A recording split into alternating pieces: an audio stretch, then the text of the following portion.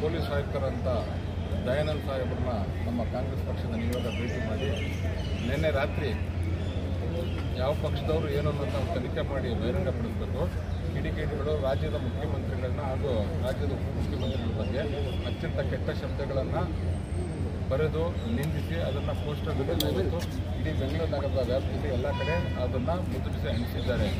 ಇದು ಕಳೆದ ಬಾರಿ ನಾವು ಸಹ ಪೆನ್ಡ್ರೈವ್ ವಿಷಯನ ಪ್ರಸ್ತಾಪ ಮಾಡಿದಂಥ ಸಂದರ್ಭದಲ್ಲಿ ನಾವು ಸಹ ಈ ರೀತಿಯಾದಂಥ ಮಾಡಿದ್ದು. ಆದರೆ ಯಾವತ್ತೂ ಅಸಂಸದೀಯ ಪದಗಳನ್ನು ಇಷ್ಟೊಂದು ಕೀಳು ಪದಗಳನ್ನು ಬಳಸ್ತವ್ರಲ್ಲ. ನಾವು ರಾಜಕೀಯವಾಗಿ ಹೋರಾಟ ಮಾಡೋಕ್ಕೆ ಪ್ರತಿಭಟನೆ ಮಾಡೋಕ್ಕೆ ಎಲ್ಲದಕ್ಕೂ ಹಕ್ಕಿದೆ.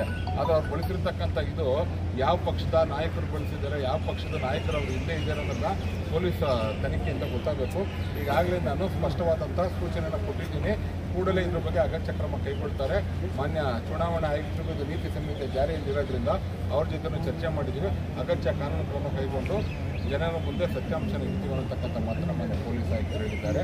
ಆದ್ದರಿಂದ ತುರ್ತಾಗಿ ಯಾರು ಈ ಕೃತ್ಯದಲ್ಲಿ ಭಾಗಿಯಾಗಿದ್ದಾರೆ ಕಿಡಿಗೇಡಿಗಳು ಅವನ್ನ ಬಂಧಿಸಿ ಅಗತ್ಯ ಕಾನೂನು ಕ್ರಮ ಕೈಗೊಳ್ಳಬೇಕಂತ ದೂರನ್ನು ತಿಳಿಸಿದ್ದಾರೆ.